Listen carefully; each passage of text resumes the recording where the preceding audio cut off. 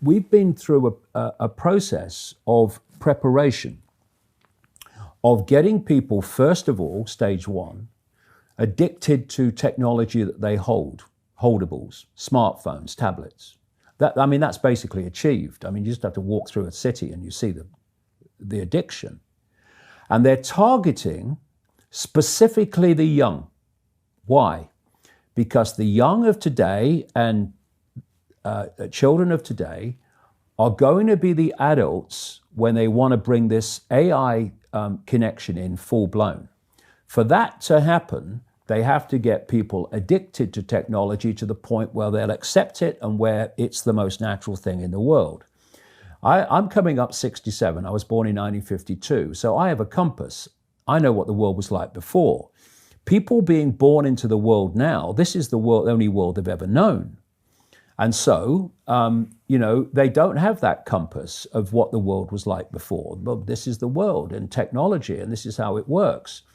And I know from the time I've lived just how recent this is and how fast it's come in, like out of almost nowhere.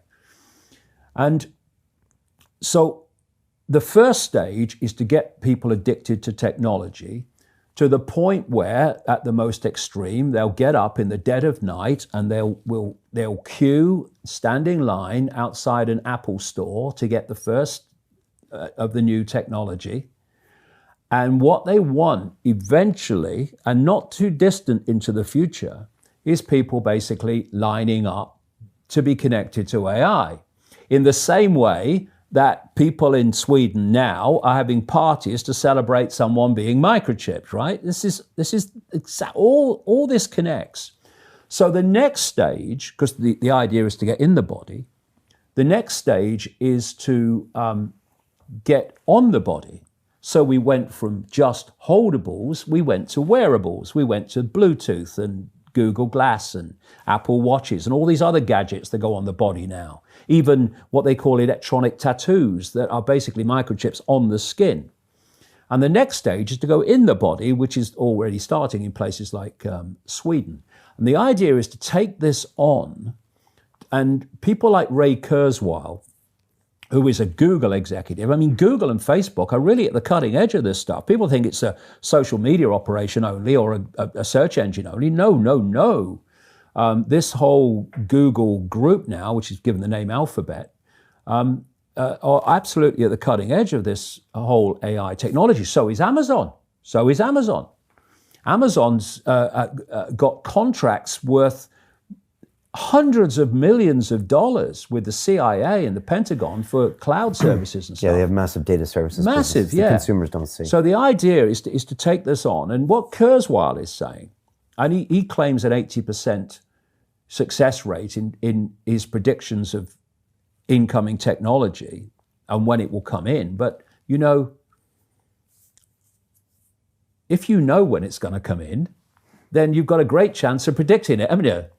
It's like if you know when a stock market's going to fall because the people you are connected to are going to make it fall, well, you're going to get out just before it falls and you're going to get in just before you know they're going to push it up. I mean, you don't have to be, Nostradamus if you know the script. But anyway, if this was his agenda, maybe he shouldn't tell us. Yeah. Or is it so clever that he's telling us? No, this is why he's telling us. It's the sales pitch. Okay.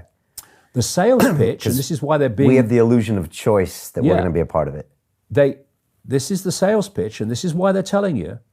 The sales pitch is when we connect to artificial intelligence, we'll be superhuman. That's what the sales pitch is. That's his sales pitch. Right. That's going Siri, to be the sales pitch. Alexa, all these things. Yeah. Well, I'll come to them in a second. They're very, very interesting, very important. Okay. So what you've got is the idea that connect to AI and you'll become superhuman intelligent. No, you'll become subhuman intelligent. You'll become a vehicle for artificial intelligence. And whoever controls artificial intelligence will control the perceptions of every mind that it's connected to. And that's the sales pitch, but then that's the reality of what it really means. Now, if you're going to make a physical connection with AI, you're not going to do that on a mass scale. until you've made a psychological connection. And there is a process, a psychological process, which is known as preemptive programming. Preemptive programming is this. You're going to usher in a world that is so different, so dramatically different to what anyone's been used to, that you're going to have an obvious resistance purely by the chasm of difference between the world people are used to and the world you're taking them into. A resistance that says, hold on a minute, you want to do what? What? What? So you prepare them for it through preemptive programming. You put out a stream of movies out of elite-controlled Hollywood. You put out television programs, you put out books, you put out all these things that basically portray the world you want to take people into. This is why you've seen so many movies about control by robots, control by technology, of synthetic humans, which has the transgender agenda very much a part of it, connected to it. You have the synthetic humans, consciousness going into synthetic humans. You have the dystopian society being portrayed and portrayed and portrayed. And what that's doing, it's making the subconscious, to an extent the conscious mind, familiar with the world you want to usher in. So when you literally start to bring it in, there's not that chasm that there would have been before.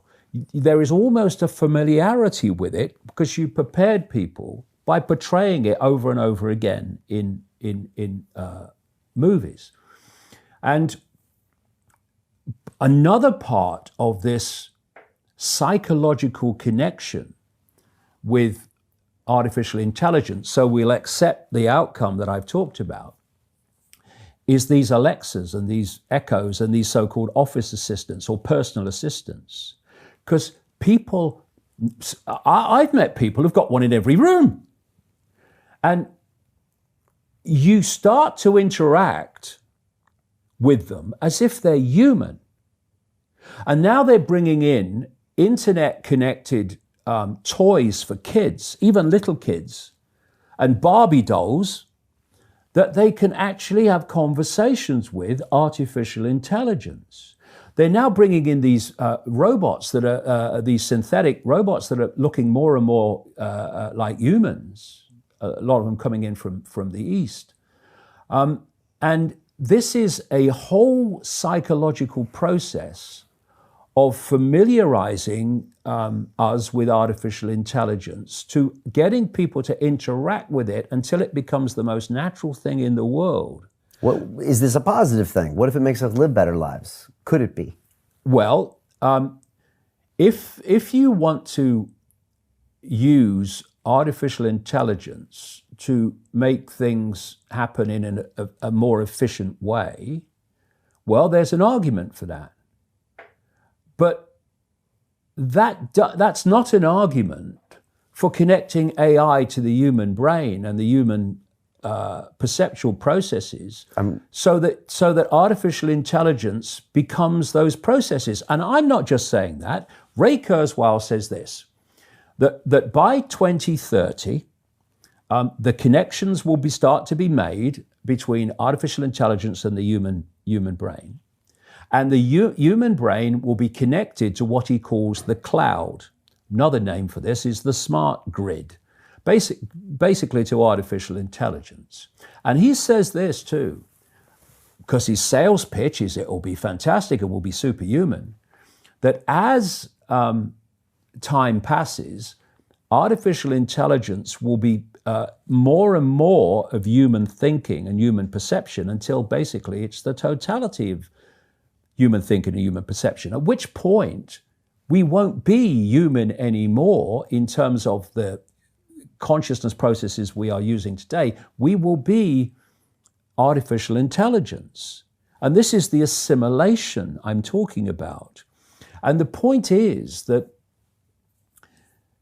if you are connecting the human mind to a grid, a global technological grid, that grid can be centrally controlled.